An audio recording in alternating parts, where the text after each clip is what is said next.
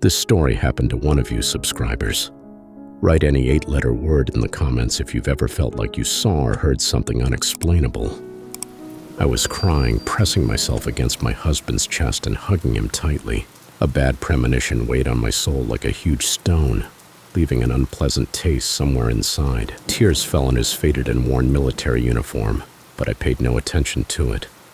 I couldn't take my eyes off him, as if I were seeing him for the last time. Bruce soothingly stroked my hair and kept repeating that he would return for good this time and would no longer go to Afghanistan. Bruce promised that he would stay with me, not realizing that in a few days he would change irreversibly, becoming dangerous not only to our relationship but to everyone around him. I was sitting in the hospital corridor, hugging my knees and nervously fidgeting with my fingers. I had received a call just an hour ago, informing me that Bruce had returned and was immediately taken to the hospital. The details of his condition or what had happened to him were not disclosed, leaving me in a state of anxiety and uncertainty. Every minute of waiting felt like an eternity, and the uncertainty only deepened my concern.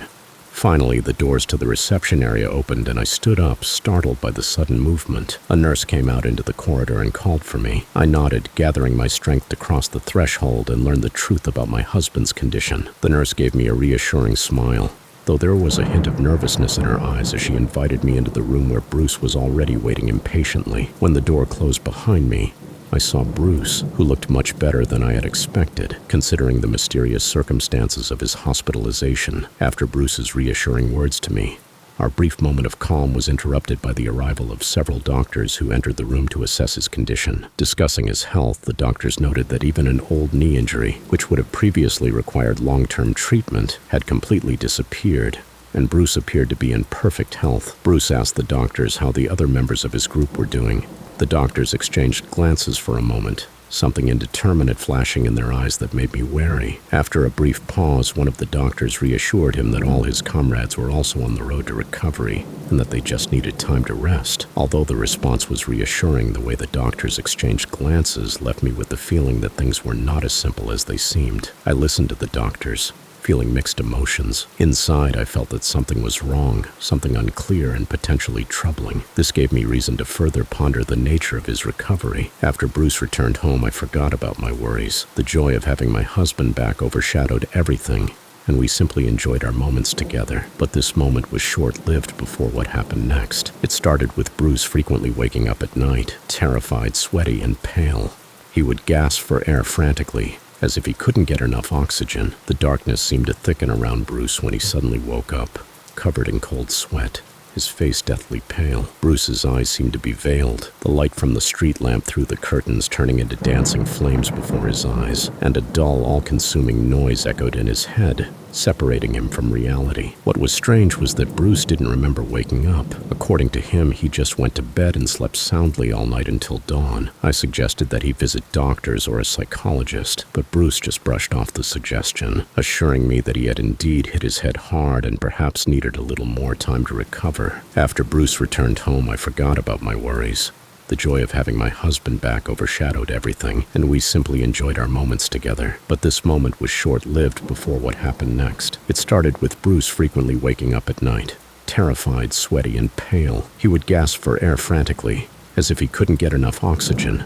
The darkness seemed to thicken around Bruce when he suddenly woke up, covered in cold sweat, his face deathly pale. He seemed to go blind, unable to come to his senses and unresponsive to light, which made him quite nervous. What was strange was that Bruce didn't remember waking up. According to him, he just went to bed and slept soundly all night until dawn. I suggested that he visit doctors or a psychologist, but Bruce just brushed off the suggestion, assuring me that he had indeed hit his head hard and perhaps needed a little more time to recover. But that wasn't the only symptom. The next day, I noticed a new alarming change in his condition, an insatiable thirst. Suddenly, Bruce's skin seemed incredibly dry, and the water he drank greedily seemed unable to quench it. Bruce didn't seem to feel this new sensation. He tried to convince me that nothing serious was happening, dismissing his ailments as mere adaptation to a change in environment. However, I became increasingly worried about Bruce's symptoms. I watched as, in his unquenchable thirst, he was willing to drink water even from the toilet, and the amount of liquid he consumed exceeded more than 2 gallons. My concern grew with each passing hour, leading me to think that what started as a normal reaction to stress or climate might be something much deeper and potentially dangerous. After Bruce's unquenchable thirst, which didn't seem natural. I decided to investigate his condition myself. In the evening, I delved into research on post-traumatic stress disorder, which often affects veterans, and began looking for contacts of psychologists who specialize in helping military personnel. However, when Bruce stumbled upon my internet searches, it triggered mixed emotions in him, irritation and a sense of offense. After a tense conversation where Bruce insisted he didn't need psychological help, he decided to prove to me that he was fine by demonstrating newly discovered abilities. To convince me, he began recounting details of our neighbors' conversations, who were far enough from our house. The neighbors preparing a barbecue were discussing weekend plans, and Bruce, standing next to me in our garden, relayed the content of their conversation almost verbatim, despite the voices barely reaching us. Bruce also demonstrated increased physical strength and agility, performing actions he previously couldn't do on his own. During the demonstration of his new abilities, it seemed that Bruce felt a powerful surge of euphoria. This new sense of strength and control over his body seemed to give him a feeling of invincibility and power. It all intoxicated him, clouding his mind, and so he turned a blind eye to what was really happening to him. Bruce became increasingly detached from the reality of his condition, living in a state where only his newfound physical prowess and freedom from any previous limitations dominated. I was shocked and simultaneously terrified by these powers. Tears filled my eyes every time I tried to convey to Bruce that such changes in his abilities were far from normal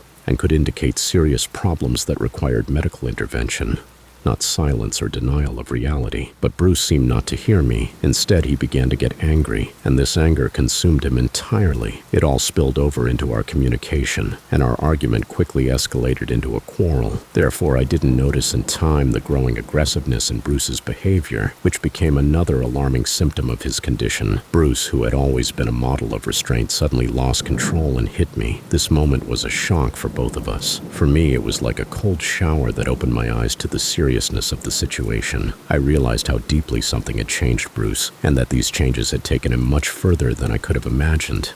But this incident affected not only me, it also impacted Bruce. The shock of his own aggression revealed to him the depth of his own change, and it was as if a veil fell from his mind, opening his eyes to what had happened. This caused a deep sense of shame and self-loathing. Bruce froze, then sat down on a chair and lowered his head. I saw how he slumped, as if an invisible burden lay on his shoulders and weighed down his soul. Bruce began to fidget with the edge of his shirt, something he always did when he was nervous. Then he asked me to sit next to him, gently took my hand in his and looked into my eyes. His gaze literally burned with shame and guilt. Bruce asked me to listen to him until the end and to keep the story a secret. And then he just started talking. It happened near Kabul, Afghanistan. Bruce went on his last mission, hoping that after this he could stay at the headquarters and spend more time at home with me. This was his dream as the helicopter landed on the sun-scorched ground. I saw his unspeakable longing and sadness every time he had to go on a mission, and my soul was torn in two, one half of which he took with him. I had often heard that it was because of me that he held on during all the missions,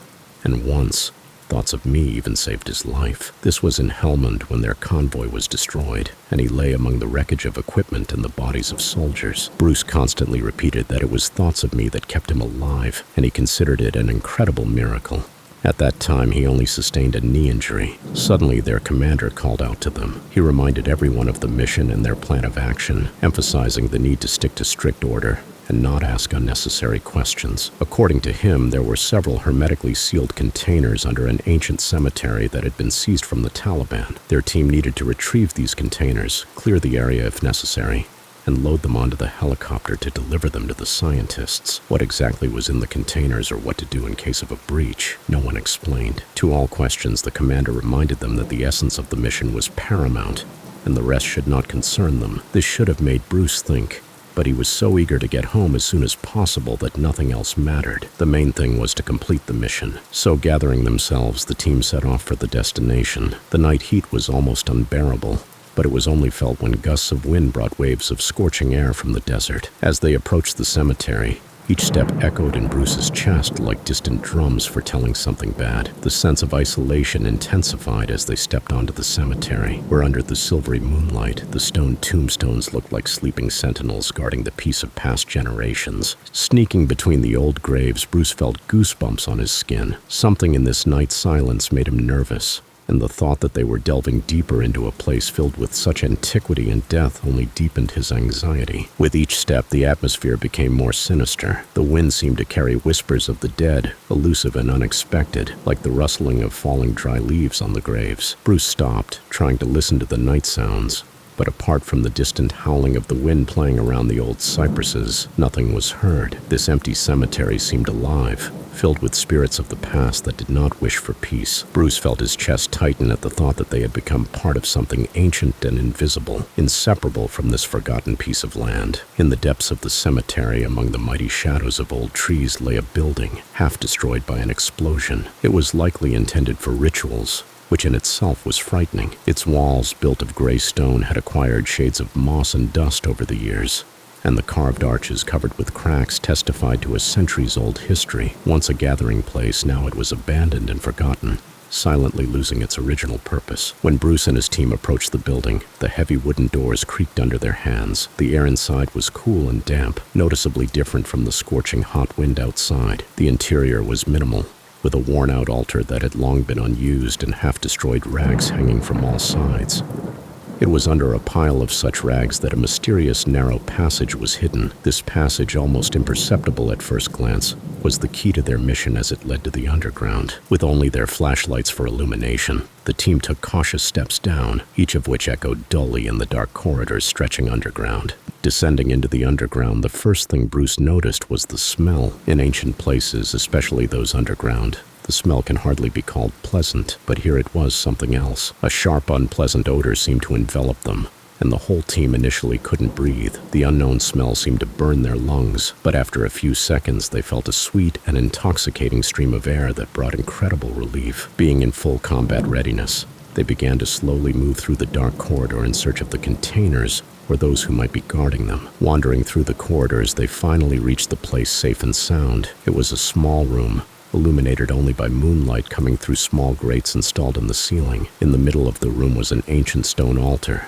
carved with various incomprehensible symbols. On it stood their target, the containers they needed to retrieve. But as soon as Bruce took a step, a tall figure suddenly appeared in the passage opposite him. At that moment, all the team members raised their weapons and carefully watched the stranger. He slowly entered the room and walked to the altar. Under the sinister moonlight, which pitifully seeped through the thick grate of the high underground window, the atmosphere in the room became even more eerie. Bruce watched in horror as the stranger's figure flickered in the dim light. Perhaps this figure had once been human, but now it was just a terrifying presence. The expression on its face twisted Bruce's insides with fear. It was contorted into a painful mask that would frighten death itself. Black veins bulged under the skin, intertwining into a dreadful network across the entire face. They especially thickly framed his eyes, where burst capillaries filled the whites with blood, turning the gaze into bloody whirlpools of pain and madness. This gaze was so deep and disturbing that it seemed as if it could devour the soul itself. The skin in some places was so dry and tense that it seemed almost stone-like and cracked under the pressure of the desiccating forces that bound it. The entire scene exuded an aura of deep suffering and dark mystery, further heightening the sense of danger that filled the space. Such a picture only deepened the horror that enveloped Bruce, making his heart beat in the rhythm of a distant and relentless drumbeat that foretold only evil. Bruce, not taking his eyes off the mutilated face, instinctively touched the safety catch, checking his readiness to shoot at the right moment. The creature made no sound, just stood and looked at each team member with blood-red eyes. No one seemed able to move, frozen by the appearance of the unexpected guest. Suddenly, in the midst of the night silence, Bruce felt a slight dizziness, a harbinger of something inevitable and eerie. His eyes caught the gaze of the figure, whose eyes blazed with red fire. This creature, with superhuman speed and a barely noticeable smirk on its lips, chose him. "You are the one. Yes, you." These words echoed in Bruce's head like the reverberation of an ancient curse. The stranger lunged, literally knocking Bruce off his feet with an almost imperceptible movement. The blow sent a searing pain through Bruce's knee, spreading throughout his body, tearing a scream of agony from him. He found himself on the ground, powerless to find his gun in the engulfing darkness, while watching this shadowy figure with unheard-of strength scatter his team one by one. The soldiers seemed to have no chance against this creature. which easily dodged bullets and tightly gripped its victims, breaking them with cold satisfaction. When everyone was down, the stranger's twisted face of satisfaction reappeared before Bruce. Its dark eyes radiated a sense of hunger and eternal thirst that knew no satisfaction. The creature slowly leaned over the lying Bruce, opening its mouth wide, like an abyss from which there was no retreat. What was happening was too fast and horrifying for Bruce to fully comprehend. He only felt hope and reality slipping away, leaving him at the mercy of that dreadful entity that had come not only for him but for his entire team. Time seemed stretched and the last rays of sunlight faded as darkness engulfed everything around. I froze listening to Bruce's story. At first I didn't realize how deeply the shivers had taken hold of my body. My mind refused to believe what I was hearing. Bruce was recounting the horrors that had happened to him in Afghanistan, events that sounded so incredible that it seemed like a nightmare. I didn't want to believe any of it. It seemed like my husband had gone mad. But deep down, I knew Bruce wouldn't lie about such things. I trembled with shock and worry, pondering what he had told me. How should I proceed? How could I help the person I love if I didn't even understand what was happening to him? Bruce refused to visit the military hospital. He feared being placed in a psychiatric ward or used as a test subject, but he agreed to see a psychologist. Perhaps deep down he was also seeking salvation, though he didn't admit it out loud. In my heart, I hoped that all this could be a fabrication, a result of stress or trauma. Maybe a psychologist could help him cope with these hallucinations. But I also knew I had to be prepared for any outcome, regardless of what lay ahead. I wouldn't leave Bruce alone in this fight. However, at the appointed time, Bruce didn't show up for the appointment. When I entered the living room, my gaze immediately fell on my husband, curled up in the corner of the room. Bruce was in an extremely terrible state, with cracked and extremely pale skin that resembled the surface of old dried earth. His eyes had an unnatural reddish hue, glowing with inner irritation, and his lips were chapped and cracked, as if they hadn't met moisture in a long time. His hands clearly bore traces of blood, which seemed still wet and fresh. My heart pounded with fear when I saw that he was holding the body of the neighbor's dog. His hands tightly gripped the lifeless body of the animal, and thick crimson liquid dripped from his fingers, painting dark patterns on the floor. Everything indicated that Bruce had killed the dog with his own hands. I stood stunned, afraid to approach the man who had once been the embodiment of kindness and protection for me. Now he seemed like something else, almost a monster from my worst nightmares. This was a completely different person, someone I couldn't recognize. My thoughts were filled with fear and despair, and my soul was torn between the desire to help Bruce and the fear for my own life.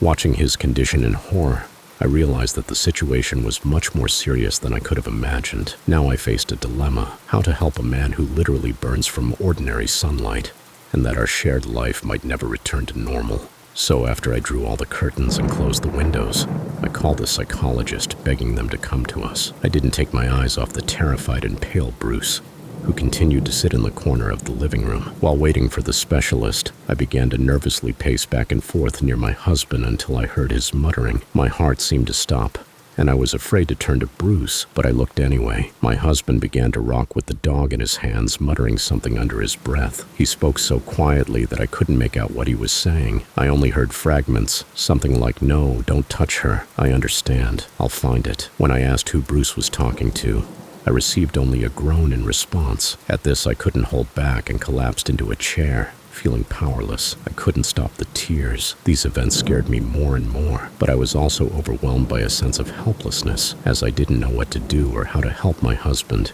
Suddenly, the door opened, revealing a tall man in a professional suit, and my face lit up with relief. I recognized Dr. Silver, the psychologist I had been waiting for. I led him through the dark corridor to the living room, where Bruce was still curled up in the corner, lost in his own thoughts. Dr. Silver, calm and focused, frowned and stopped when he saw Bruce. The psychologist tried to start a conversation, but Bruce avoided contact, his gaze empty and absent. When Bruce asked for water, I got up, hoping it might help calm him down. I quickly returned from the kitchen with a glass of water, which I handed to him cautiously. However, instead of drinking the water, Bruce suddenly displayed unexpected strength and aggression. He lunged at me, knocked me to the floor, and began to strangle me. His eyes radiated superhuman rage, and his breathing was heavy and erratic. I screamed, trying to break free, but fear and Bruce's physical advantage quickly drained my strength. At this critical moment, Dr. Silver intervened, grabbing Bruce by the shoulders and pulling him away from me with all his might. Bruce, filled with sudden fury, turned on the psychologist. Dr. Silver tried to fend him off, but Bruce was too strong. Suddenly, Bruce opened his mouth, and from his lips, pressed against Silver's face, emerged a parasite resembling a huge worm. The parasite was black, with barely noticeable shades of green, its body writhing as it sought a way inside. At its front end were tiny suckers that helped it hold on and penetrate the host. Its movements were cold and calculated, quickly disappearing into the psychologist's mouth, leaving him in despair and powerless to resist. This moment revealed the terrifying truth about the changes happening to Bruce, and the threat the parasite posed not only to him but to others around him. After the attack, Bruce and Dr. Silver suddenly calmed down, as if they had exhausted all their aggression. They silently sat next to each other on the couch, immersed in their own thoughts or feelings, inaccessible from the outside. Any attempts I made to get their attention were met with silence and immobility, ignoring my calls and questions. Overwhelmed by shock and despair, I felt my world completely falling apart. I sat on the floor, losing any hope of rescue or understanding of what had happened. This eerie silence that filled the room reflected my own helplessness in a world that had suddenly ceased to be understandable or safe. When the sound of sirens wailed in the distance, Bruce and Dr. Silver suddenly flinched, as if those sounds evoked an indescribable sense of foreboding in them. Their movements became more coordinated, and they involuntarily glanced towards the windows, trying to determine the source of the sound. Feeling anxious, I approached the window to see what was happening outside. I stared through the glass, watching the flashing lights that passed by on the street. At that moment, when my attention was fixed on the window, Bruce and Dr. Silver seized the moment and almost silently slipped past me towards the exit. Only when the sound of an engine starting reached my ears did I turn around and see that the living room was empty. I rushed to the door, but it was too late. Through the open door, I heard the sound of a departing car. I stood there stunned and powerless, watching as the vehicle turned onto the street and disappeared from my sight, leaving me completely alone with the noise of the sirens in the background. A tense atmosphere immediately enveloped my house as a series of military and black vehicles quickly pulled up to the gate. Armed soldiers and strangers in black suits emerged from the heavy vehicles, swiftly taking control of the area. Following them were scientists in protective suits, anxiously checking their equipment and scrutinizing the building. Among them was Bruce's commander, a middle-aged man with a determined look, who unhesitatingly led the operation. The commander addressed me in an authoritative tone, inquiring about Bruce's whereabouts and whether I had managed to contact him.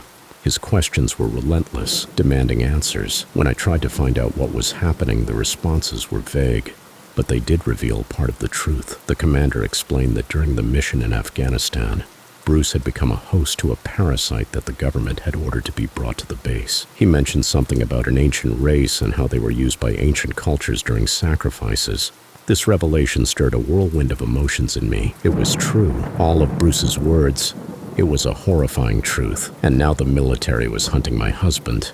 According to them, Bruce was tormented by a growing power that could become uncontrollable, and before it reached its peak, it was crucial to find him and retrieve what was taken. The military noted that much depended on me, as I could persuade Bruce to return what he had taken, convincing him of the necessity for his own good and the safety of everyone else. Feeling the weight of the situation, I stood among the armed soldiers and scientists, burdened not only by fear for Bruce, but also by the understanding that my actions would determine my husband's safety.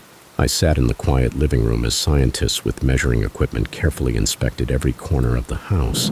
The atmosphere was thick with anxiety and tension. The devices emitted low beeps and hisses, adding a laboratory-like quality to the space. The sounds of their work resembled the whispers of spirits wandering through the rooms, leaving traces of an invisible presence. Despite all efforts, none of those present could find Bruce or establish contact with him. Burdened by fear and anxiety for my husband's fate, I gathered all my courage to explain the situation to the commander. My voice trembled with emotion as I explained that Bruce was not to blame. I assured them that he hadn't stolen anything intentionally, and if he had something that didn't belong to him, he would gladly return it. I spoke about his condition with a voice full of concern, emphasizing that he felt very unwell, and I feared for his life. My words echoed through the half-empty house, as if reverberating through the shadowed corridors. Each word was heavy and laden with pain. The commander listened, his face frozen in a mask of professional restraint, but his eyes showed that he understood the seriousness of the situation. The commander, listening to me, carefully weighed my words. Although he expressed understanding of my fears and wishes, he replied that the situation was much more complicated than it might seem at first glance. He noted that it would be better for Bruce to return voluntarily, as their goal was to retrieve what belonged to them. The commander hinted that if Bruce didn't appear and cooperate, the military would have few options left and might take more radical measures. He said that if they couldn't establish contact with Bruce, they might take me to the military base for detailed questioning, hoping that this might prompt Bruce to make contact or help them obtain the necessary information. This prospect only deepened my sense of horror and helplessness. I felt the walls of our home, which had once been my refuge and comfort, now turning into a prison with no way out. Dark thoughts about the upcoming interrogation and possible separation from my home and the life I knew made my heart clench with fear. Suddenly, the communication devices of everyone present came to life simultaneously, and Bruce's voice echoed through the radios of each soldier. He sharply and sternly ordered them not to touch me, warning that otherwise, everyone present would suffer serious consequences. His words were marked by authority and threat, causing everyone to freeze in tension. Almost immediately after, one of the scientists reported that they had managed to pinpoint Bruce's approximate location. The military immediately began to act, mobilizing their forces and gathering equipment, preparing to leave the house to intercept Bruce. However, at the last moment, when the team was almost out the door, the commander unexpectedly stopped and looked at me. He ordered the soldiers to seize me and take me with them, believing that I could be useful in resolving the situation. Panic gripped my heart. Understanding what was happening, I began to struggle and resist. The soldiers quickly and decisively took control of me, leading me out of the house. My screams and efforts to break free were futile against the cold determination of the military.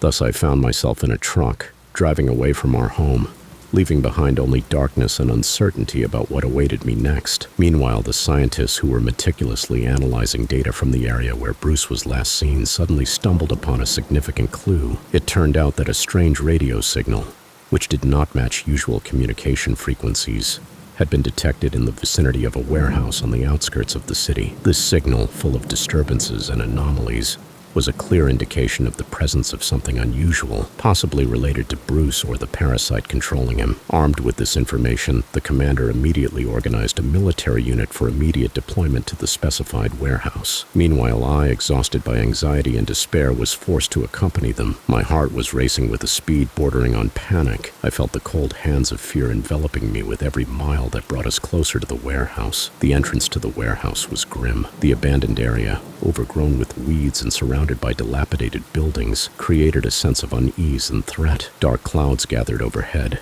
as if nature itself was trying to warn of the danger lurking inside. Upon arrival, the military quickly deployed, securing the perimeter, while I watched from the side, holding my breath. The sounds of our footsteps echoed through the metallic emptiness of the warehouse, where every whisper or creak seemed like the voice of ghosts from the past. The soldiers, with flashlights in hand, illuminated dark corners where every shadow could hide a threat. I stood in the midst of this tense atmosphere, feeling my fear turn into terror mixed with helplessness. The darkness inside the warehouse seemed almost tangible as the military units began their search deep within the labyrinth of corridors. The quiet rustle of the wind outside the windows was suddenly interrupted by a scream. It was not a human sound. It echoed supernaturally and piercingly, sending chills down my spine. The soldiers hesitantly looked around, their weapons ready to fire. Suddenly, without any warning, one of the soldiers started shooting at his comrades. His eyes blazed with a wild light, as if he was possessed by something other than human. Bullets whizzed through the air, whistling past the ears of other soldiers, who responded with panicked gunfire. The unit instantly descended into chaos, where everyone quickly lost understanding of who was friend and who was foe. I stood at a distance, paralyzed with horror. I watched as the nightmarish scene unfolded before me. Hearing my heartbeat in despair and helplessness, I realized that it was Bruce, whose consciousness was controlled by something, and he could now control other people. This thought filled me with even greater fear of the power that resided in my husband. In the dark corners of the warehouse, among old metal cabinets and scattered containers, a firefight ensued. Black smoke, blood on the floor, and the screams of the wounded filled the space with a dreadful symphony of destruction. In desperation and confusion, I ran through the corridors of the warehouse, searching for an escape from this nightmare. I heard the chaos continuing behind me, the sounds of gunfire growing fainter and more distant, overshadowed by cries of pain and fear. My breathing became heavier, my heart pounded in my chest, when suddenly 2 strong hands grabbed me and quickly pulled me into a small room. Slamming the door shut behind me, the darkness of the room was thick and impenetrable, with only a faint groan echoing off the walls. I cried, trying to break free, but stopped when I felt a familiar presence. The moment I sensed Bruce's presence, my heart filled with relief for a moment. I longed to embrace him, to feel the warmth of his body and the sense of safety he once gave me. However, when I tried to touch him, Bruce recoiled. He avoided any contact, as if afraid to pass his pain on to me. I was stunned when my gaze fell on Bruce's face. He was barely recognizable. The skin on his face was dry, cracked, and in some places seemed burnt, like autumn leaves. His eyes, once bright and lively, were now covered with a cloudy film that dimmed any spark of life that once existed in them. He looked exhausted and sickly, his figure trembling from weakness and inner struggle. It pained me to look at the man I loved. He had become the embodiment of horror and despair. I felt every corner of my heart fill with pain and sorrow for how our lives had irreversibly changed. Bruce's body, once strong and energetic, was now just a shadow, a fragile shell for something sinister and elusive that had taken control of him. I cautiously stepped back, gathering my will to cope with my own fear and grief. I knew I had to find the strength to help Bruce, or at least stop what could get out of control and pose a threat to the entire world. A gloomy silence prevailed around, broken only by the whisper of our heavy breaths and the distant sound of chaos beyond the walls of this room. Bruce began to explain that a parasite lived inside him, draining all his life force, turning him into a tool for its reproduction. These creatures were preparing to use his body to create new hosts, turning him into a breeding ground for their sinister spread. If the process was not stopped, the parasites would consume all the life left in him. Suddenly, we felt a chill from the approach of footsteps. The sounds approaching from the corridor suddenly activated the parasite in Bruce. His face instantly changed, muscles tensed. His gaze narrowed and sharpened like a predator waiting for the moment to strike. His figure seemed even more terrifying in the dim light seeping through the window cracks. When the door suddenly opened, a few surviving soldiers burst into the room. Led by the commander, they aimed their weapons at Bruce, but he, endowed with the parasite's supernatural speed, managed to dodge the bullets. His movements were swift and sharp, like shadows gliding under the moonlight. Bruce tore through the soldiers, his attacks targeted and deadly, each move aimed for maximum damage. He grabbed one soldier, tightly squeezing his throat until he drew the last breath from his body. He shoved others with such force that their bodies hit the walls with a dull thud that echoed down the corridor. The commander, trying to stop Bruce, approached from behind and opened fire on him, but the bullets seemed to just glide over his skin, leaving no marks. Bruce turned, his eyes reflecting a soulless gleam, and in one swift motion, he snatched the weapon from the commander's hands and easily broke his arm. Fear and horror filled the room, the screams of pain and despair echoing off the walls. The moment of Bruce's assault on the commander became the culmination of the horror unfolding in this place. Everything happened quickly, ominously, and brutally. I stood too close, stunned and paralyzed by fear. I watched as life left the commander's body. His eyes lost any spark, and his body slowly slumped in Bruce's hands. This scene etched itself into my memory as a dreadful symbol of loss and despair. Once a loving husband, Bruce had turned into an incomprehensible monster, controlled by a parasite that transformed him not only physically but also morally. Despite the horrific events unfolding before my eyes, I tried to hold on to the slightest spark of love for Bruce, who stood before me as a shadow of his former self. He tried several times to come closer, suppressing his pain and trying to calm me, but each of his movements only deepened the fear in my eyes, reflecting both love and horror for the man who had once been my comfort and protection. My heart was torn between the desire to flee and the need to help Bruce, but my turmoil was suddenly interrupted when Dr. Silver entered the room. He looked exhausted, but determination burned in his eyes. Seeing the bodies of the soldiers scattered on the floor, he immediately grasped the scale of the tragedy. He raised his hands in a gesture of reconciliation, trying to calm Bruce, whose gaze was filled with torment and suspicion. In the tense atmosphere of the room where every breath seemed loud, Dr. Silver slowly approached Bruce, moving cautiously as if on thin ice. His face expressed compassion and understanding, yet he was ready to act. He knew that the discovery made during his torturous merging with the parasite might hold the key to freeing Bruce from this dreadful fate. Silver calmly, almost soothingly, began to tell Bruce that he knew how to get rid of the parasite and survive.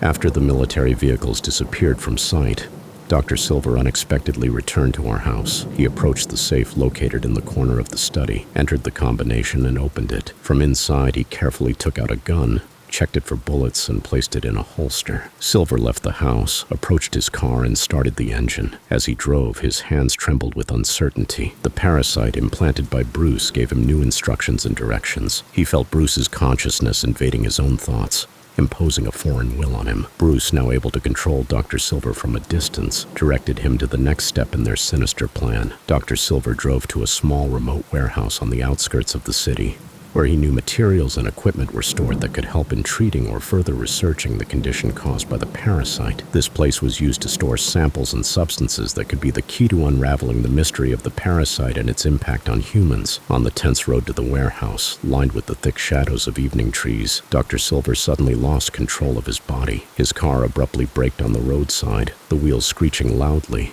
slicing through the silence of the night road. He stumbled out of the car, clutching his heart as if it were caught in the grip of an invisible hand. A cry of pain escaped his throat, muffled and twisted. The psychologist fell to his knees among broken branches and dry leaves, his body writhing in agony. Unbearable pain pierced every cell.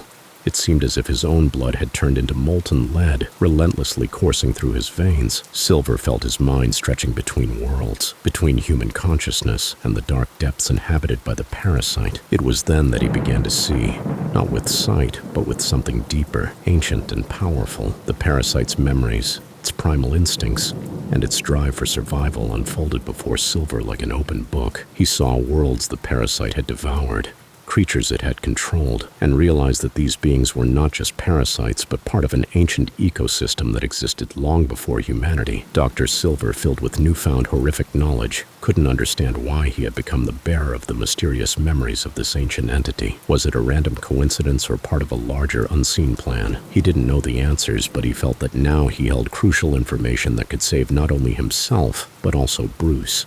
With a new sense of mission, Silver sped back to the warehouse where Bruce remained. The night enveloped everything in a thick fog, creating a mystical atmosphere. The trees along the road flickered with shimmering silhouettes like ghosts of the past, witnesses to the horrors that unfolded in the darkness. Hope, which had almost faded from our hearts, suddenly flared up with new strength. We could almost feel the dark chains that bound us beginning to crumble. With a growing understanding of the way forward, we headed towards the exit of the warehouse, enveloped in the soft light of flashlights, which seemed too bright after a long time in the darkness. But as soon as we stepped onto the threshold of freedom, a new threat suddenly appeared before us. A new squad of soldiers, equipped with gas masks and heavy weapons, emerged from nowhere. Their faces were hidden behind masks, with only impersonal eyes peering out from behind protective glass.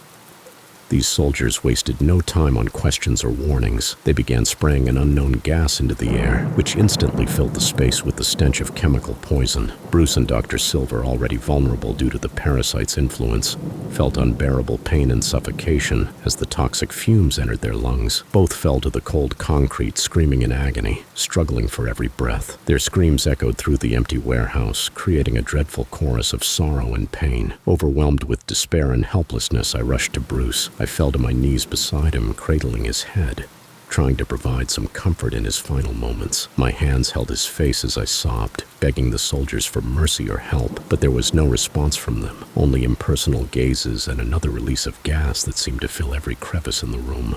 In that eerie atmosphere, where every breath brought pain, every scream echoed with agony, it became clear there was no way back. The dark forces that had unleashed the parasite had taken everything: hope and the future. Confronted with the edge of human horror, I realized that I had lost everything I once loved, and now I could only sit beside the broken shells of those I had tried to save. Bruce, using the last remnants of his strength, painfully raised his hand and grasped my delicate fingers. His eyes, once so bright and full of life, were now clouded with the murkiness of pain and despair. The look, filled with boundless love and unspeakable guilt, was the last thing I saw in his eyes before they lost their sparkle forever. His hand weakened in my grip, and Bruce's body silently slumped, becoming just a shadow of who he once was. Immediately after, one of the soldiers roughly grabbed me, lifted me from my knees, and carried me to the exit. I resisted, screamed, flailed my arms, trying to break free from his iron grip. My eyes filled with tears. My heart pounded in despair when I suddenly saw parasites beginning to slither out of Bruce's and Dr. Silver's mouths. Black, writhing creatures with unpleasant slime slowly crawled towards the soldiers and me. Heightening the atmosphere of horror, the soldiers in a panic began shouting commands pointing out the threat. "Destroy them! Keep your distance!"